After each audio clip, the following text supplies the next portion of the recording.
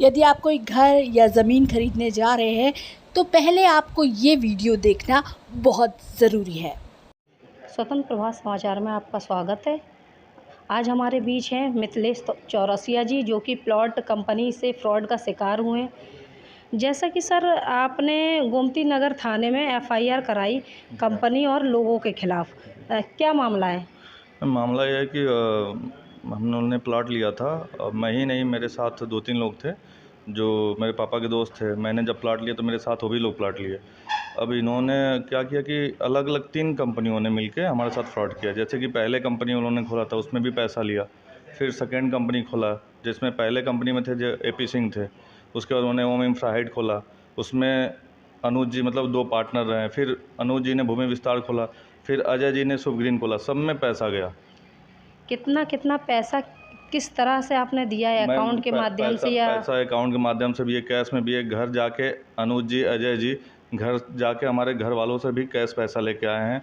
और भी हमारे जो अंकल लोग हैं उनसे भी कैश पैसा ये लोग लेके आए हुए हैं हमारे घर से, खलीलाबाद से, देवरिया से, मेरे से पर्सनली। क्योंकि बोलते थे कि भाई कुछ पैसा कैश में लगता है, कुछ पैसा ऑनलाइन लगता है। तो उन्होंने कहा, क्योंकि उस समय हमको कुछ नॉलेज नहीं था, हमारी इतनी मतलब हम लोग नहीं सोच पाते थे। क्योंकि हर आदमी जो ज़मीन लेता सोचता है कि उसकी ज़मीन मिल जाए, उसको पोजीशन मिल जाए और कुछ चाहिए नहीं होता है। तो उन्होंने वहाँ से पैसा लाया और बहुत मुश्किल के बाद आज तक हमें न्याय भी नहीं मिला है, ना ही पैसा मिला है, ना ही हमें ज़मीन मिली है।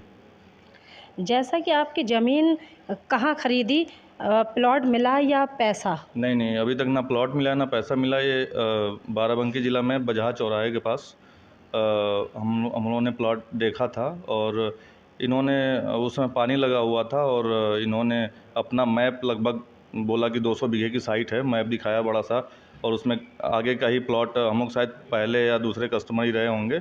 हम लोगों ने प्लॉट बुक किया। इसमें एक संदीप जी थे जो अजय जी के रिश्तेदार रिलेटिव, मुझे नहीं पता। वो हमारे एक्चुअली हम जहाँ ऑफिस में हमारा था वहाँ पे काम करते थे। उन्होंने बोला चलिए आपको प्लॉट दिला देते हैं, संदीप जी ने। तो उन्होंने अजय जी से मिलाया। अजय जी से मिलाने के बाद अजय जी ने वो हमारा प्लॉट बुक कराया। उसके बाद इन्होंने अपना प्रकरण चलाने लगे। और काफ़ी, हम तो अभी पता चला है कि हमारे साथ साथ बहुत सारे ऐसे लोग हैं जो फंसे हुए हैं इन लोगों के चंगुल में। जैसा कि सर आपके किसी रिश्तेदार की भी मौत हो गई है या उन्होंने सुसाइड किया है, क्या मामला है? नहीं, सुसाइड नहीं बोल सकते। एक्चुअली क्या है सीन है कि अजय जी जो थे, पिछली बार बहुत बोला गया उनसे, तो बहुत सारी धमकियाँ उनके लोग दिए थे। अंकल जी लोग भी आए थे तो उनको भी बहुत धमकी उनकी कमता से लेके दिए थे, जो कि FIR में हमने दर्ज कराया हुआ है, FIR हुआ है। तो उन्होंने आए यहाँ पे और अजय जी ही बुलाए कि आइए हम आप सभी लोगों को पोजीशन देते हैं। अब आफ्टर डेट वो लोग आए और हम लोग सभी लोग जाके और लेबर वेबर लगवा के खुदाई का काम चलवा रहे थे साइट पे, जैसे उन्होंने पोजीशन दिया। अब जैसे खुदाई चले तब तक किसान आ गए और अजय जी बोले कि बस मैं अभी चाय पी के आता हूँ, और वहाँ से भाग गए। और किसान आके हम लोगों को लगे डांटने उटने, हम लोग से झगड़ने लगे। फिर वहाँ पे अंकल जी जो थे वो लेखपाल से रिटायर हुए थे, अपनी उनकी मतलब ज़िंदगी की पूरी कमाई वो इस प्लॉट में लगा चुके थे। तो बहुत डरे हुए थे। उसके बाद सोचे कि भाई ये हम प्लॉट लेने आए थे, अजय जी पोजीशन दे चुके हैं, हम प्लॉट लेने आए, जब ऐसा हो रहा है तो हमारे साथ ऐसा क्यों हो रहा है, हमें तो अपना प्लॉट चाहिए था। तो बहुत भयभीत थे। उसके बाद यहाँ पे आए और उनका खाना पीना हमने खिलाया वाला, फिर घर गए तो उसी सोच में कुछ दिनों बाद उनका अटैक आ गया होता, उनको हार्ट अटैक आ गया। ये सब सोच के, क्योंकि हमारे पास फ़ोन आता था, ये अजय उनका फ़ोन उठाना बंद कर देता, अपना फ़ोन स्विच ऑफ कर देते थे, उठाना बनता। हम लोग भी बहुत परेशान हुए कि भाई हम लोग को पोजीशन दे दो, पोजीशन के लिए आपने बुलाया था, आपने पोजीशन नहीं दिया। पैसे भी हम लोगों ने बोले कि भाई ज़मीन हटा के जो पैसे दे दो, चाहे जो भी कर दो हम लोग को, तो नहीं दिए। क्योंकि उनको बीटी का उन्होंने इन्वेस्ट जब करा था तो अजय जी ने बोला था कि ये आपका जो भी 400-500 में जो ज़मीन ले रहे हैं, इसका आपको 1-2 साल बाद डबल हो जाएगा, क्योंकि राजधानी ग्रो कर रही है। क्योंकि ये सन 2018-19 का, लगभग 19 का मामला है। तो उस समय उन्होंने आए और यहाँ पे इन्वेस्ट करा था उन्होंने उनके कहने पे। तो उनकी बिटिया की शादी करनी थी। वो सोचे कि अब हमारा ज़िंदगी का जो भी पूंजी है डूब गया, अब तो हम बर्बाद हो गए। उनके लड़के भी इतने बड़े नहीं हैं कि उनका कोई सपोर्ट में खड़ा हो। तो इसलिए अमी चंद श्रीवास्तव उनका नाम है। तो इसी सोच में वो हार्ट अटैक कर गए थे।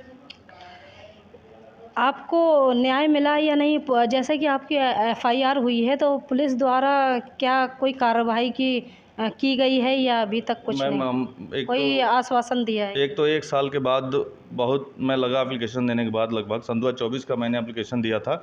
18 मार्च को सन 2024 में मैंने एप्लीकेशन दिया था।